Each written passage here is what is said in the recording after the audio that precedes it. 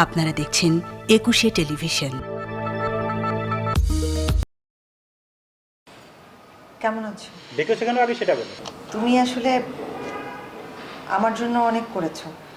আমি বলার জন্য বলছি না, আমাকে আবার করে পড়াশোনা করিয়েছো, এই যুগে সোসাইটিতে চলার উপযোগী করে তুলেছো।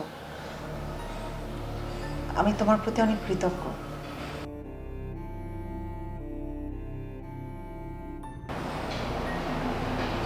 আমি সরি। আসলে তুমি আমার জন্য যা করেছো তার কোনোটাই আমি তোমাকে ফেরত দিতে পারিনি। আমি সেজন্যই ডেকেছি, যদি আমি তোমার জন্য কিছু করতে পারি। তুমি আমার জন্য কি করবে? তোমার এত অহংকার কেন? আমি তোমার জন্য কিছুই করতে পারি না? কি মনে করো তুমি নিজেকে? তুমি একাই বড়, তুমি একাই সব করতে পারো, আর কেউ করতে পারে না?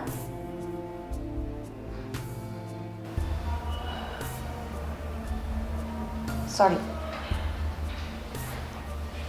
আমি আজকে তোমাকে তর্ক করার জন্য ডাকিনি। তোমার ব্যবসার কি অবস্থা?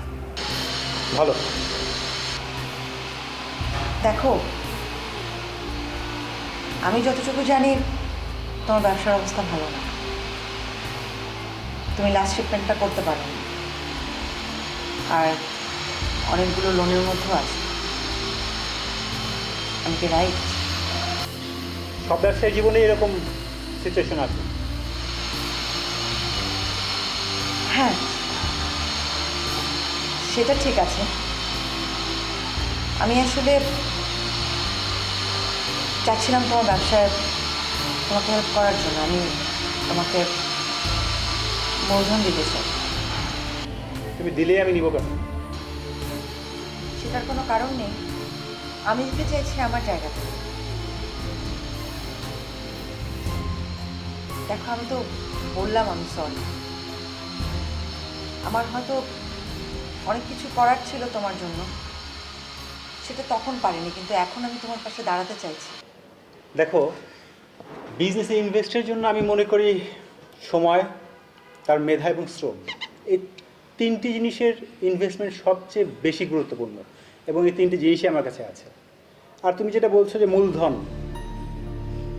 মূলধনের জন্য, হ্যাঁ, আমি কোনো পার্টনার পাবো। আমার কাছে এইরকম পার্টনার দরকার যে আমার প্রতি লয়াল থাকবে। ডিসঅনেস্ট কোনো ধরনের পার্টনার আমি নিব না। আমি জানি আমি লয়াল না, আমি তোমার প্রতি সেটা থাকতে পারিনি। আমি যে থাকতে পারিনি, সেই অপরাধ বোধ থেকে কিন্তু আমি তোমার পাশে দাঁড়াতে চেয়েছি। কিন্তু তুমি কিন্তু আমার ফিলিংসটা বুঝতে পারছো না। তুমি তোমার অহংকারটাই শো করে যাচ্ছ। একবার কি ভেবে দেখেছো, যখন তুমি দৌড়াচ্ছিলে, সেই দৌড়ানোটার সময় তুমি ভুল করছিলে কিনা? পেছন ফিরে একবার দেখেছো তোমার দোষগুলো কি? একমাত্র আমি দোষী ছিলাম। তুমি সোসাইটি মেনটেন করতে চাওনি। তোমার ওই সময় যেই ধরনের কাজ করার কথা ছিল, যে ধরনের ব্যবসায় তোমার ইনভেস্টমেন্ট করলে তুমি প্রফিটেবল হতো, তুমি সেটা করোনি। তুমি তোমার সোসাইটি মেনটেন করতে গিয়ে যেই জায়গাটায় তুমি মুখ থুবড়ে পড়বে, তুমি সেখানেই বারবার গেছো। তুমি দৌড়াওনি। একমাত্র আমি কি টাকার জন্য দৌড়েছি? তুমিও দৌড়েছো, এবং দৌড়েছো বলে তুমি পেছন ফিরে দেখোনি তোমার ভুলগুলো কি। হ্যাঁ, আমি লয়াল না। আমি তোমার সাথে পার্টনারশিপে যেতেও চাই। আমাকে পার্টনার করতে হবে না। আমি জাস্ট তোমার পাশে থেকে তোমার জন্য কিছু করতে চেয়েছি, আমার যে ল্যাকিংস গুলো ছিল সেগুলো পূর্ণ করার জন্য, আর কিছুই না। একজন বন্ধু হিসেবে, একজন শুভাকাঙ্ক্ষী হিসেবে। হয়তো ওই সময় আমি পারিনি, এখন আমার কাছে অর্থ আছে, আমি এখন পারবো, সেজন্যই চেয়েছি। যদি তুমি আমার ফিলিংসটা বুঝতে পারো তাহলে ভালো।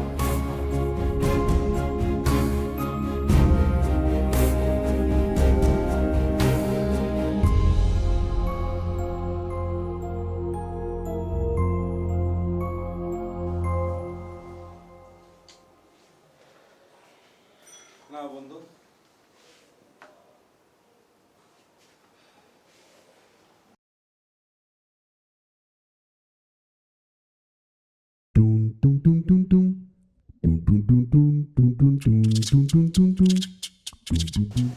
মগ কই পাইলা? এটা আমাকে বাসার মগ না, চিনা চিনা লাগতেছে। যে ওই হাজিবের সাথে রেস্টুরেন্টে গেছিলাম না, যে পরিচয় হলো যদি রেস্টুরেন্টের মগ? মগ চুরি করার স্ট্যাটাস আমাকে আছে এখন। তাও তো পুরানো অভ্যাস। এটা গর্ভযন্ত্রণা থেকে কেমনে মুক্তি পাবো আমি তো বুঝতেছি না। মেয়ে দুটো দেখে কোনোভাবে বোঝা যায় যে এইরকম ফালতু। ফেসবুকে তো বোঝা যায়।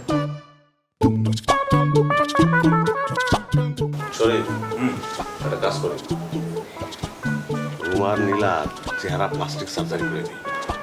আমাদের কি লাভ? আমাদের আর চিনবে না। আরে ওদের চেহারা চেঞ্জ হলে আমাদের চিনবে না, এটা কি ধরনের কথা? আমাদেরটা করতে পারবো প্লাস্টিক সার্জারি। হ্যাঁ, খরচ করুন। দেশে করলে 20 লাখ টাকা, বাইরে করলে 3 কোটি। দেশে করলে চেহারা বসকাই যেতে পারে। 20 লাখ টাকা নিয়ে চেহারা বসকাই দিব। বসকাই দিলেও ভালো, কিন্তু তো আর পারতো না। টাকা নয় জোগাড় করলাম, তো টাকা তো ডাক্তারের কাছে নিতেই পারবো না, তার আগে তো ওরা খেয়ে ফেলাইবো।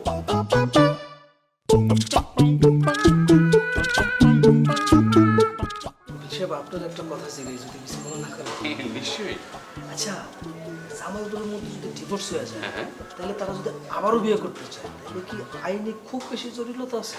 না না, আইনি তেমন কোনো জটিলতা নেই, তবে কিছু ফর্মালিটিস আছে, এটা মেনটেন করতে হবে। বাহ, আপনি তো সব ঠিকঠাক করতে পারেন। নিশ্চয়ই, সেটা কি বলতে।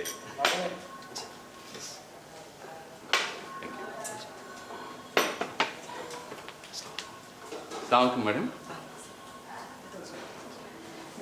Thank you madam. অবস্থা খুবই ভালো, ওরা কোনো হার্ডলাইনে যাওয়ার সাহস করেনি, করবেও না। আমি খবর নিয়েছি। হ্যাঁ, আমার এক জুনিয়র অহিত সাহেবের উকিলের সাথে কথা বলে ওদের ইনফরমেশন সংগ্রহ করেছে। ম্যাডাম, আমি আপনাকে আগেই বলেছি ওরা আপনার পেছনে লাগতে সাহস পাবে না, কারণ যেখানে আপনার পেছনে আমি রয়েছি সেখানে আপনি 100% সেফ। না, সেই ভরসা তো আপনার উপর আমার আছে। কেন রাখবেন না ম্যাডাম? এই যে আপনি একটার পর একটা ডিভোর্স দিয়ে যাচ্ছেন, কোনো একটা ঝামেলা কি আপনার উপর পড়েছে? সমস্ত ঝামেলা আমি কাঁধে নিয়েছি, কারণ আমি হচ্ছি আপনার উকিল। আমার কাজ হচ্ছে আমার মক্কেলের 100% সেফ। জি, নাস্তা করো। সোহেল, জি ম্যাডাম। পেমেন্ট আজকে জি ম্যাডাম। রেডি আছে? জি madam. Thank you madam, thank you. Sohel আপনাকে সব কিছু বুঝিয়ে দেবো। জি ম্যাডাম। ঠিক আছে, তাহলে আমি কখন আছি? জি। জি ম্যাডাম। একটা কাজ করে দেয় না, বলো ওদেরকে আইনা জোর কইরা একটা কাজই লেখা আমার বিয়ে করে দিলাম। মানে বাঙালি মেয়ে তো বিয়ে করার পর তার স্বামীর সাথে বেদবি করবে না। কোনো আলোচনা ঘুরে ফিরে বিয়ার দিকে নিয়ে যাও। মিনিমাম কালচার আছে, সভ্যতা ভব্যতা আছে, ফ্যামিলি আছে। বিয়ে কইরা স্বামীর ডাকায় আইনা বাসায় সবাই দেখায়, তারপর আমাদের সাথে এরকম করবে। পথের ফকির বানায় তারপর ডিভোর্স দিব এই সুফিয়ার মতো। সুফিয়াকে নিয়ে ভালো বলবো, সুফিয়াকে খুব পছন্দ। সুফিয়া তো এটাই করছে সবার সঙ্গে, সবার সঙ্গে, সেটা তো ওই লোকের সাথে করছে। সবার সঙ্গে করবে। না, ও মানুষকে ভালোবাসতে জানে। ছোট্ট মাথা চেনো, গায়ে লাগলে চুপ যায়। হ্যাঁ, এরকম কোনোদিন হয়েছে ছোট্ট মাথা গায়ে ঢুলে দিচ্ছে তারপর খুব ঠান্ডা লাগতেছে? হয় নাই। তো যেটা যেটা ধর্ম সে ওইটাই করবে, সুফিয়া এটাই করবে, আর এই মেয়েরা ওইটাই করবে। এই মেয়েরা যে ওইটাই করবে কি হয়েছে? মেয়েরা আগে করছে এটা, জাত বাটপা। বিয়ে করে না, এই জন্যই তো বাটপা। এই জন্যই তো বলি বিয়েটাই প্রথম করা হচ্ছে। শরীর অন্য কিছু না, এইভাবে হবে না আসলে, বুঝছো? এক ঝামেলা থেকে বাঁচতে গিয়ে আর বড় ঝামেলার মধ্যে ঢুকতে দেখছো। আমার মনে হয় যে করা কোনো থ্রেড, ইমোশনাল ব্ল্যাকমেল করা যায় কিনা সেটা দেখো।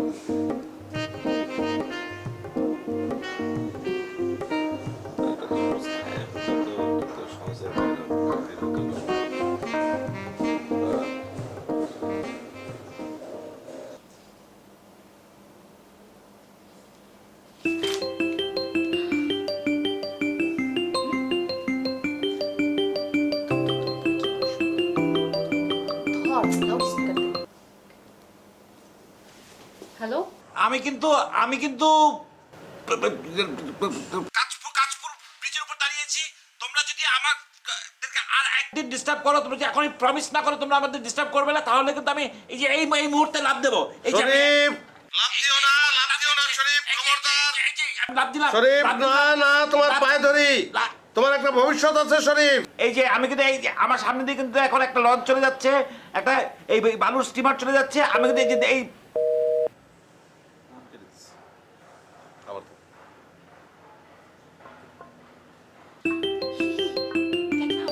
আবার নিশ্চয়ই কোনো প্ল্যান করে শোনো, আমি কিন্তু সত্যি বলছি, আমি কিন্তু এখনই মরে যাবো। দিও না তোমার পায়ে ধরি। আমার নিচে লঞ্চ এই যে এখানে এই সিমেন্টের লঞ্চ গেল। না লাভ দিও না, লাগলে বিষ খাও কিন্তু লাভ দিও না। হ্যাঁ, আমি কিন্তু এখন বিষ খাবো। আপনারা মরতে চান তাই না? তাহলে লাইভে আসেন, আমরা লাইভ দেখতে চাই আপনারা মরতেছেন। একটা বিষয় আছে না বলেন? কি কয়? ভিডিও কল দিতে করতেছে। বিষ খাওয়ার কথা শুনে নেই? বললাম তো, সে কিন্তু বলতেছে যে ওই কাশপুরের ব্রিজের কথাটা মনে হয় বলা ঠিক হয়নি। বলে যে দেখতে চায় কাশপুর ব্রিজে কিরকম সিনসিনারি, কিরকম নদী নালা নৌকা। 1 ঘন্টা পরে ফোন দাও, বলবা যে কাশপুর ব্রিজ থেকে নাইনা চলে আসছি, এখন বিষ কিনে নিয়ে আসছি, বিষ খাবো। 1 ঘন্টা পরে। সে তুমি ফোন দিতে ভালো হয় না, দুজনই না, আমি না হয় ব্রিজ থেকে লাভ দিলাম, না ঠিক আছে, বিষটা তুমি খাইলা। বিষ আমি খাই, অসুবিধা নেই। ঠিক আছে। কত করে বিষ এখন বাজারে? বিষ তো অনেক ধরনের আছে, এক একটা এক রকম দাম। আরে বলে না, এর মধ্যে ওই ঘরে ইন্দুরে খাওয়াইছিলাম, ল্যাংড়া হয়ে গেছে একটা ইন্দুর, মরে না। না তুমি দেখবো আমাদের কিচেনে গেলে দেখবে একটা ল্যাংড়া ইন্দুর আছে, বিষ খাওয়ার ফলে হয়েছে।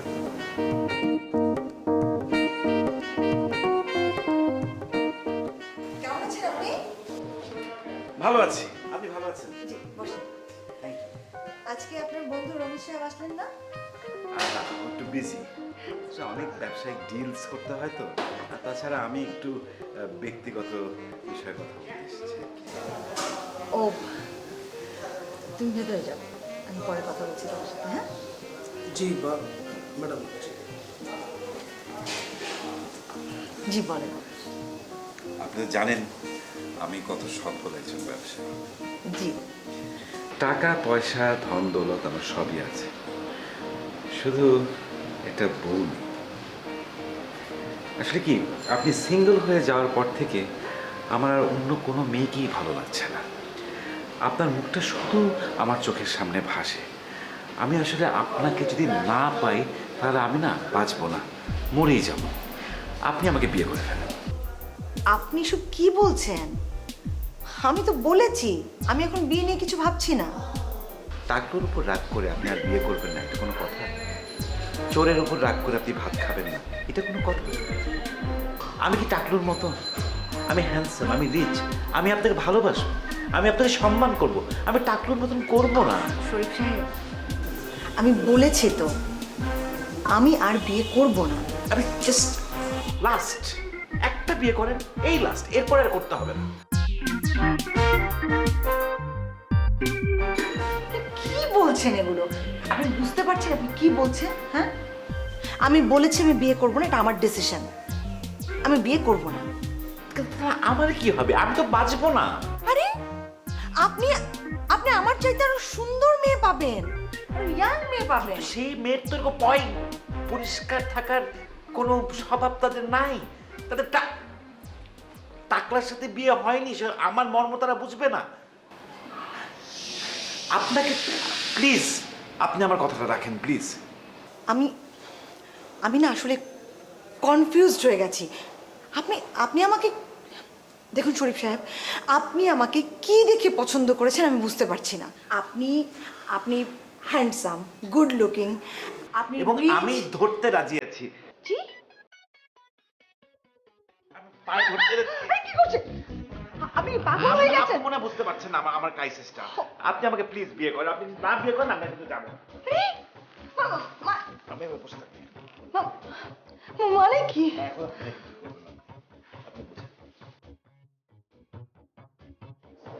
শরীফ সাহেব, ঠিক আছে, আপনি বসে থাকেন। আমি কিন্তু এখানেই থাকবো, আমি তো যাবো না।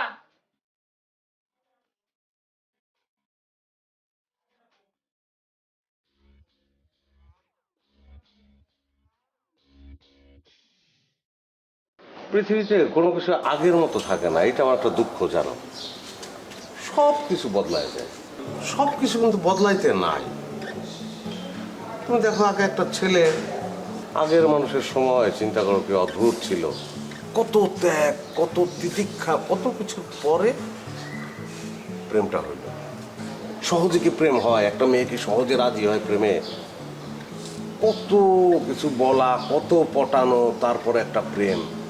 আর প্রেম হইলেই কি যখন তখন দেখা ইম্পসিবল। দেখা মনে করো যে মাসে একবার হইতে কিনা সন্দেহ। আর সেটা কি দেখা? দূর থেকে একটু হাত নাড়ানো, একজন আরেকজনের তাকায় থাকা, তাতেই যে কি গভীর প্রশান্তি, কি আনন্দ।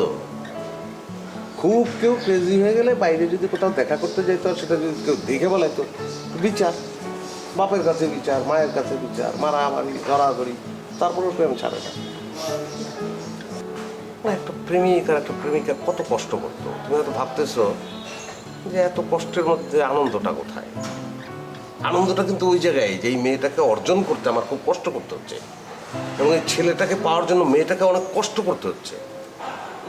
খুব সহজে পাওয়াটা ভালো না, কষ্ট করে পাওয়া ভালো। বুঝতে পারছো?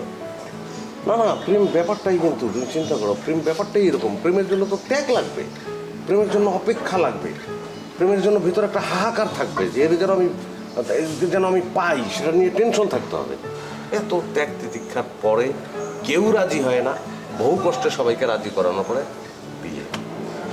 তখন এই ছেলেটা ফিল করে, মেয়েটাও ফিল করে যে না, আমরা পরস্পরকে পাইলাম, পাওয়াটা পরিপূর্ণ মনে করতে হবে। আর এখন কি পাইলে পাইলাম, না পাইলে না পাইলাম। আসলে পাওয়ার কথাটা কেউ চিন্তাই করে না। হ্যাঁ, পাইলে পাইলাম, না পাইলে না পাইলাম। প্রেম এরকম একটা মহৎ ব্যাপারকে সবাই পাইনসে বানায় বানাইছে। এটা কোনো কথা? হ্যাঁ, প্রেমের আনন্দটাই নাই, প্রেমের গভীরতাটাই নাই, প্রেমের আনন্দটাকে সবাই পানি পানি করে ফেলছে।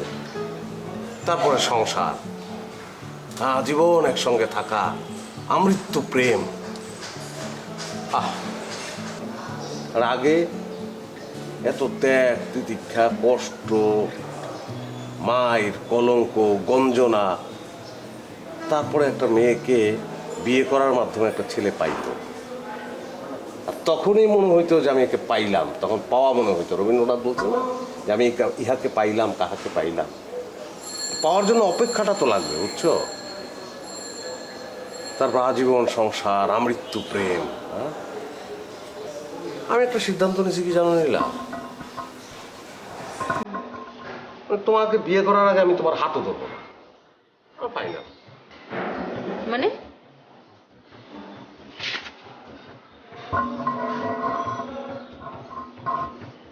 তুমি কি চাও? আগেই হাত ধরি? এখানে বিয়ের প্রসঙ্গ কই থেকে আসতেছে? তোমাদের জেনারেশনের এই একটা সমস্যা, বিয়ে করতে চাও না, খালি প্রেমটা চাও। আমি খালি প্রেম করবো কেন? আমি তো প্রেম করবো তোমার সঙ্গে, তোমার বিয়েও করবো। আমি প্রেম বিয়ে কোনোটাই চাই না। কি চাও? আমার চাই টাকা, আমার টাকা লাগবে। কেন? এত টাকা দিয়ে কি করবা? আমি খরচ করবো, আমার খরচ করতে খুব ভালো লাগে। আমারে খরচ করো। আমি আপনাকে কেমনে খরচ করব? খরচ তো করতেছো আমারে, তুমি পার্মানেন্টলি করো। দেখো তুমি টাকা চাও, আমি তোমার টাকা দিতেছি। একদিন দেবো, দুদিন দেবো, 3 দিন, 4 দিন দেবো। আমি কি 7 দিন পরে আমি পলায় দেবো? তুমি যদি আমার বিয়ে করতে আজীবন টাকা নিতে পারবা। যদি তুমি আমার বিয়ে করো, আজীবন তুমি আমার খরচ করতে পারবা, এবং তাতে আমার কোনো আপত্তি থাকবে না। আমি কিন্তু আনন্দই পাবো, তৃপ্তিই পাবো, কারণ ভালোবাসি তো তোমার। আমার বিয়ে প্রেম কোনোটাই আমার দ্বারা হবে না, পরিষ্কার শুনছেন? আমার শুধু টাকা দরকার, বাংলা কথা টাকা লাগবে। চোখ দুটা বলতেছে যে আমি প্রেম চাই, আমি বিয়ে চাই, আর মুখে বলতেছে অন্য কথা। চোখ ভুল বলতেছে, চোখ বলতেছে টাকা চাই, শুধু টাকা চাই, কোনো প্রেম বিয়া চাই না। হ্যাঁ, বুঝে গেছে? বাই।